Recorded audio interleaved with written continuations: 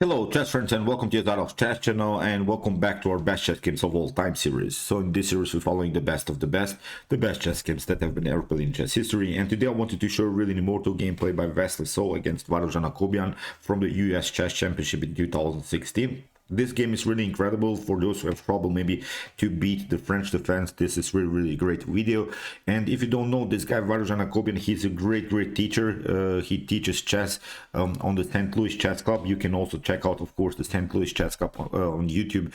His videos are very instructive. He introduced us many theoretical novelties. He introduced us also some great games from the past. Varuzhan Akobian, I've watched really many of his videos. Really instructive chess that he's suggesting us, that he also showed us in his videos. Great guy, really. I think you can learn something by watching his videos. So let's check out now the game. Here Wesley saw with the white pieces e4. He played. We have by e6 by Varuzhan Akobian. He's a great French defense player. He plays many times the French, and he introduced also in his videos some of the cool lines from black perspective. In the French defense we have now d4, we have d5, and now after knight to c3 we have the Paulson variation. After d takes e4, it's the so-called Rubinstein variation. The Rubinstein variation is of course the idea to create similar ideas like in the Khan, where white has to take now with knight to e4, but it's a simplification idea of black. Black wants to simply cement the position around the square f6.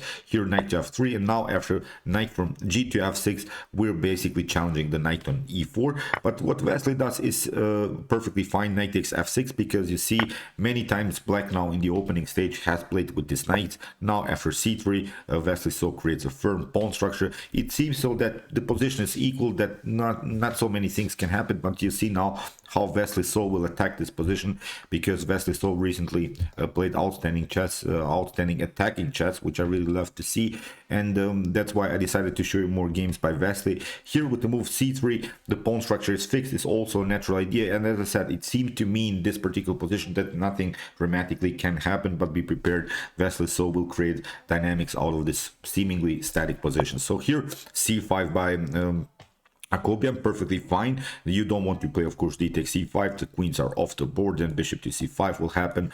You could have also a weak f2 pawn, so you have to leave the position like this. You have to build simply a compact position around the square d4, so that's why bishop to e3, perfectly fine. And now c takes d4. We have bishop to d4, and now bishop to e7. And here comes also a tricky part. I think many of us would even develop the bishop here to d6, but sometimes in chess it's not even the best to activate the piece on the most active square.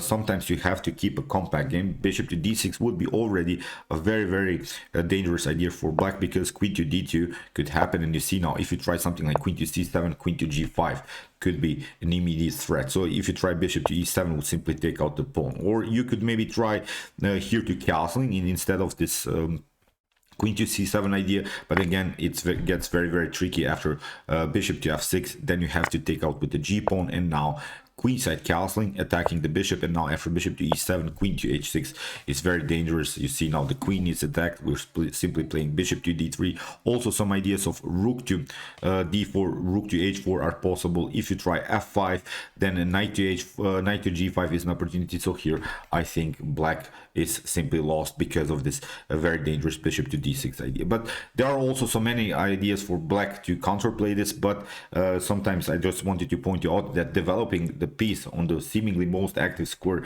is not the best sometimes choice. Sometimes you have to keep a compact position around your king. So here after the move bishop to d4, we said bishop to e7 by Akobian, perfectly fine, and now we have bishop to d3. Look how Wesley so builds the attack. The knight is of course coordinated to the king side. The queen will also probably sneak into the attack, so already a very nice attacking formation by Wesley. So castling queen to c2, we have now h6, and now Wesley so castles queenside. When it comes to computer evaluations, it's maybe not the best suggested move. The best suggested move is now rook to d1, keeping the king in the center, and then maybe kingside castling with the same idea to play sort of a discover attack possibility against the queen on d8. But Wesley so is a sharp player.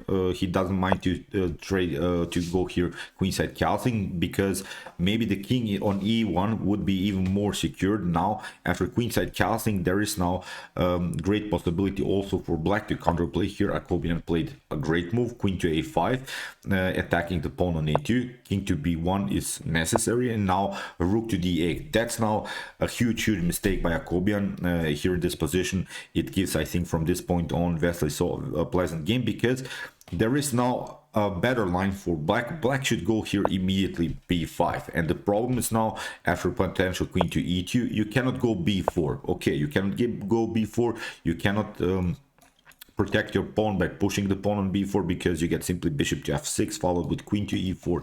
It's very dangerous. You get then the checkmate threat on h7, but also here a double attack against the rook.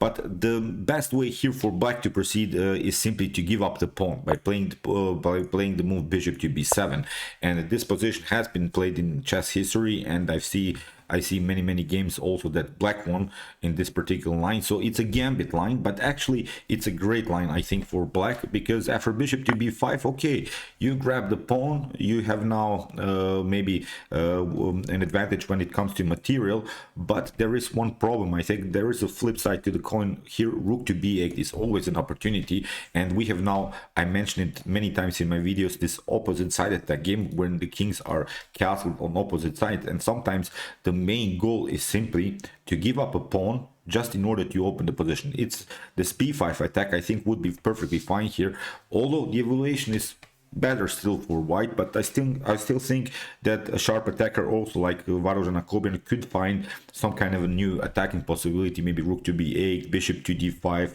is, for instance, an opportunity. Maybe knight to d5. You see, with this bishop to d5, knight to d5, rook to b8, I think black can also build a very nice counter attack here on the queen side. This would be the suggested line, but as I said, after the move king to b1 here, Akobian plays the move rook to d8, and this rook, it's not supposed to be there, because there is one problem about this rook. It's not protecting anymore the f7 square. The f7 square will be a cornerstone of Wesley So's attack here. Knight to e5, you see, Wesley sees immediately there could be some tactics around the square f7.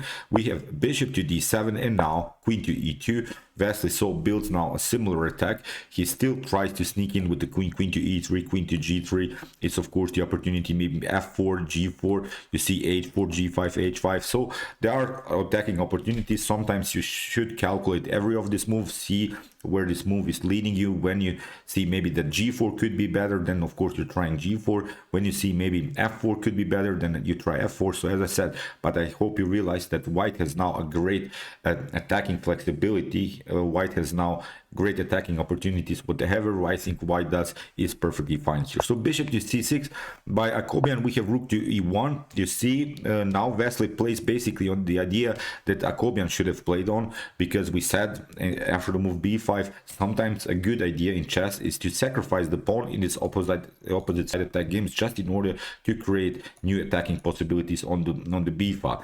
Here Wesley basically does, as I said, what we suggested Akobian to do. If you take now the pawn bishop to g2, then we're basically inviting our opponent's rook into the game. Rook to g1 will happen, and then white could have this pleasant attack on the king side. So here bishop to d5, played by Varuzhan Akobian. We have now c4 attacking the bishop.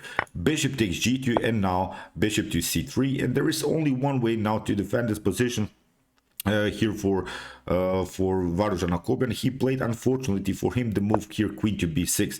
A better idea is simply to play bishop to b4, and bishop to b4 leads now into a complicated game. Sometimes these games are really with some great tactics all over the board. So after move bishop to b4, the game leads now after bishop takes b4, queen to b4, rook to g1 attacking the bishop, and now after bishop to c6, maybe queen to e3 could be a possibility. But actually what black should do here, this is now the suggested line by the engine, is simply to sacrifice the rook for the exchange, because there were of course some serious threats around the square h6. If you try something like king to h8 in order to escape, it's not so good. You see, we get here of course this fork on f7. G6 is also not an opportunity, because we'll simply play knight takes g6, queen takes h6 is also opportunity, knight to f7 followed with bishop to g6. So you see, in this particular line, at least black would defend the position somehow. But as we said, after the move bishop to c3 here, Varuzhan Akobian played the move queen to b6. The problem about this move queen to b6 is that it's not coming with any counter attack. It's just standing. The queen is just standing there. You don't have clear opportunities to attack the position. And now Wesley so plays, as I said, on the idea that maybe Varuzhan Akobian should have played on simply sacrificing the pawn just in order to open some files, some diagonals against the king. Now bishop to c6. Again, the only way maybe to defend this position is this idea: rook takes d3, giving the rook for the exchange, knight to d3, and maybe black can hang on to this position. But still, it's a very nasty attack here by Wesley. So in the game here, after the move rook to g1, bishop to c6 was played, and you can pause the video maybe now and see a great attacking opportunity here for Wesley. So there are many great moves. Every move is basically now good for Wesley. So but let's search for the most attractive one, and you know that Wesley will probably play it. If Wesley has a great attacking opportunity, he'll find it on the board. But Wesley rarely misses his tactics. So here, after move bishop to c6, Wesley played an outstanding move, and I hope you can find this move because it's a great motif here. Nice attack by Wesley. So we have said the rook to d8 leaves, of course, also a little bit the defense of the f7 square. And so now after knight to f7, we have king to f7, and now Wesley plays a brutal move, rook takes g7. Wow! So he sacrifices again a new piece. Here after rook to g7, you have to take king to g7, but now queen to e7. The queen comes very actively into the game. Look at this bishop pair aiming here towards the king. Also, we have opportunities to attack the king on the g file. The bishop is hanging, so if you even try something like rook to d7, then you get rook to g1. You see now how the game becomes really dangerous for black.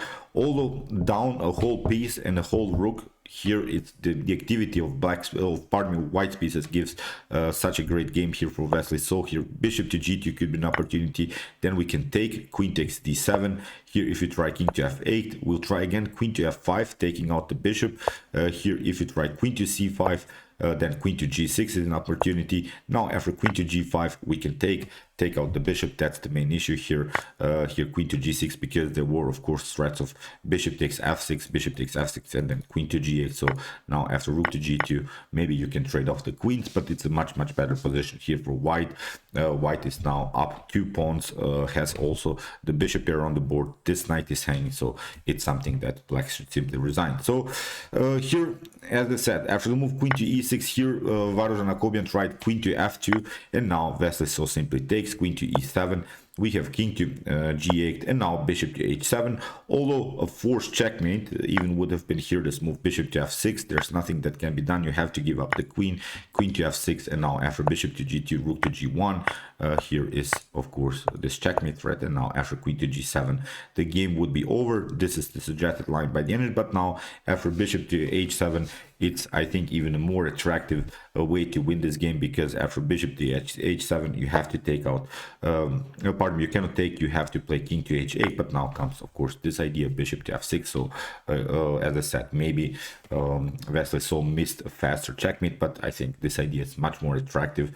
Of course, whatever you do, you will win the game after the move bishop to f6, or pardon me, here even after the move here bishop to h7. In this position, Varuzhan Akobian resigned. So here it was a possible continuation after bishop to f6. Here queen to f6, you can simply take, maybe you can take out this one, then we play simply queen to e7, and then here after a couple of checks we can also take out this rook, and it's of course a completely win again game here for white. So great attack by Wesley. So as I said, you see how you can make this tiny little inaccuracies in chess. Chess is really a brutal game.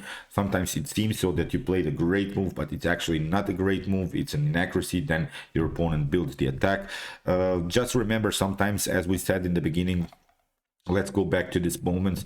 Sometimes we have to recognize what kind of a game this is. So as I said, here instead of this ideas, b5 very necessary. Sometimes in this opposite side attack games, as we said, when the kings are on opposite sides, of course you want to be faster on your side where you're attacking. So that's why even sometimes giving up a pawn is not such a bad idea. just open some files, open some diagonal. That's, I think, the beauty of attacking chess. Sometimes the material is not important, the piece activity is much more important than simply pawn calculations and similar stuff. So as I said here, maybe Akobian missed his opportunities, but still this is Wesley, so of course Wesley would also find probably some great attacking possibilities even in this position. So okay, I hope that you enjoyed this game. I really enjoyed it a lot. I really will cover more Wesley Soul games. They're really attractive for me to watch.